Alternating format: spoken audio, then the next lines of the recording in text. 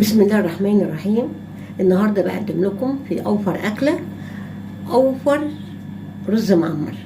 رز معمر من غير تكاليف كتير، مش لازم ابدا يكون عندنا كل المكونات الصعبه قوي قوي عشان نعمله، وريحته وشكله وطعمه جميل جدا. مش هطول عليكم كتير وهنروح للخطوات بتاعته وان شاء الله تجربوه. ودي اول خطواتنا في الرز المعمر الاقتصادي. انا قلت لكم ايه؟ رز المعمر زبده وقشطه ولبن وكريمه وحاجات كتير قوي قوي. طيب احنا كده مش هنعمله، لا هنعمله بحاجات بسيطه جدا، واقول لكم هي ايه. كوبايتين الرز دول نص كيلو، لعلمكم انا مش مشترياهم، انا كل كيلو رز بشيل منه نص كوبايه، بلاقي في فتره كده بقى عندي كوبايتين زي دول بروح جايه عامله بيهم حاجه. ماشي، اتفقنا. ومعاهم كيلو لبن. طب ما هو اللبن غالي، لا ده لبن بقري اهو يا جماعه، اوريكم ده لبن بقري الكيلو ب 15 جنيه. اوكي، كوبايتين الرز كانوا عندي. طب انا النهارده هعمله ليه؟ انا حبيت استفيد، انا كنت مسيحه زبده، فعندي شويه مرته في الحله اهم، شويه مرته في الحله. فانا هعمل ايه فيهم؟ هروح جايه ماسكه اللبن ده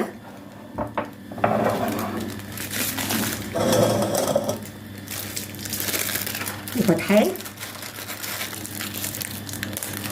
وفضياه في الحله دي الكيلو، وهغليه على النار فياخد طعم السمنه البلدي والمرته وهيبقى جميل ويبقى فيه دسم كتير. اوكي، ده بالنسبه للبن. بالنسبه للرز، مع كوبايتين ميه مغليه، بعد ما يغسلوا هنقعهم فيها ويسيبوا منقوع 10 دقايق. دي الخطوه اللي هعملها دلوقتي. يبقى انا احط ده يتغلي ودول هنقعهم 10 دقايق ميه مغليه، كوبايتين دول، وبعد ال10 دقايق دول بقى ايه هجيلكوا تاني. هنا حطيت الطاجن اللي هعمل فيه، هدهنه بقليل من الزيت او سمنه اللي عندك، او زبده، اي شيء عندك، قشطه، اي حاجه. بس انا النهارده بعمله اقتصادي. طبعا الرز المعمر المعتادين عليه قشطه وسمنه وزبده، وطبعا الحمد لله كنا بنعمله، بس انا بأكبر النهارده الموضوع وبديكوا ايه هدف القناه بتاعتي اللي هو الاقتصادي. دهنته زيت اهوت. هعمل ايه؟ انا قلت لكم الرز نقعته 10 دقائق في ميه مغليه. هجيب الرز وكوبايه الميه اللي كان منقوع فيها وهصبها هنا. لسه ما حطيتش انا ولا ملح ولا اي حاجه، انا هضيف الملح بتاعي على اللبن.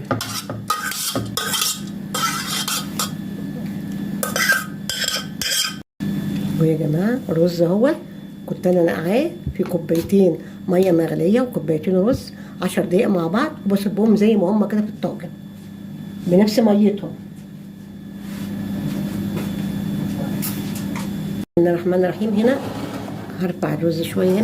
هنا ده كيلو اللبن المغلي اللي قلت لكم كيلو لبن بقري ب 15 جنيه، حطيته على بواقي مرته كانت عندي فياخد طعم السمنه البلدي وياخد دسم. وكمان هحط شويه زيت، مفيش مانع طبعا، او انت عندك سمنتك انت حره، يعني اللي كل واحد بيحط اللي عنده واللي يناسبه في بيته. وبعدين شويه ملح وشويه سكر.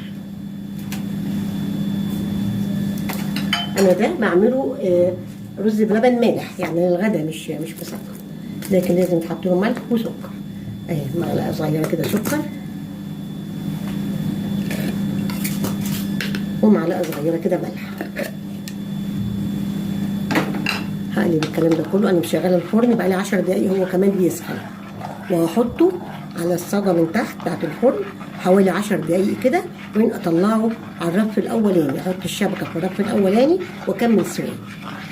دلوقتي بسم الله الرحمن الرحيم. انا عندي بالمناسبه بقى انا عندي جوز هند اهوت، طعم جوز الهند، فانا هحطه بالمره هيديه طعم جميل. يبقى اخر البرطمان اهو. بسم الله الرحمن الرحيم. هيديه اضافه جميله بمناسبه ان هو عندي. دايما نستخدم من اللي عندنا فقط، ما نضغطش على نفسنا، وربنا بيبارك وبيحل الاكل بالرضا. بسم الله الرحمن الرحيم.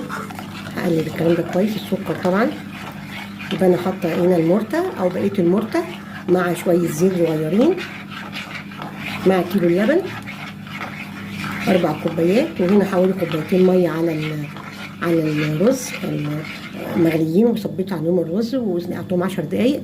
بسم الله الرحمن الرحيم. هنا هصب بقى بسم الله الرحمن الرحيم بزياده. بعد شويه ابقى اصبهم تاني، في شويه زياده اهوت يا جماعه. لما يجلي شويه ويتشرب هصب الباقيين. انا بحبه يكون طري شويه اهو يا جماعه. بقلب كده هشيله، هحطه على الرف خالص من تحت يجلي 10 دقايق ربع ساعه كده. اطلعه على اول رف، بعد كده احط الشبكه واحطه عليها واسيبه لما ياخد يستوي، وقرب ما يحمر من فوق هجيب معلقه سمنه بلدي وهحطها على الوش وامسحها او الموجود عندك. همسحها بقى واشغل الشوايه دقيقه هتلاقيه احمر وبقى جميل. ودلوقتي انا هنقله للفرن السخن. هنا يا جماعه انا طلعته وخلاص استوى، واحط عليه معلقه سمنه بلدي على الوش عشان احطه تحت الشوايه يحمر بيها وياخد طعم الزيت.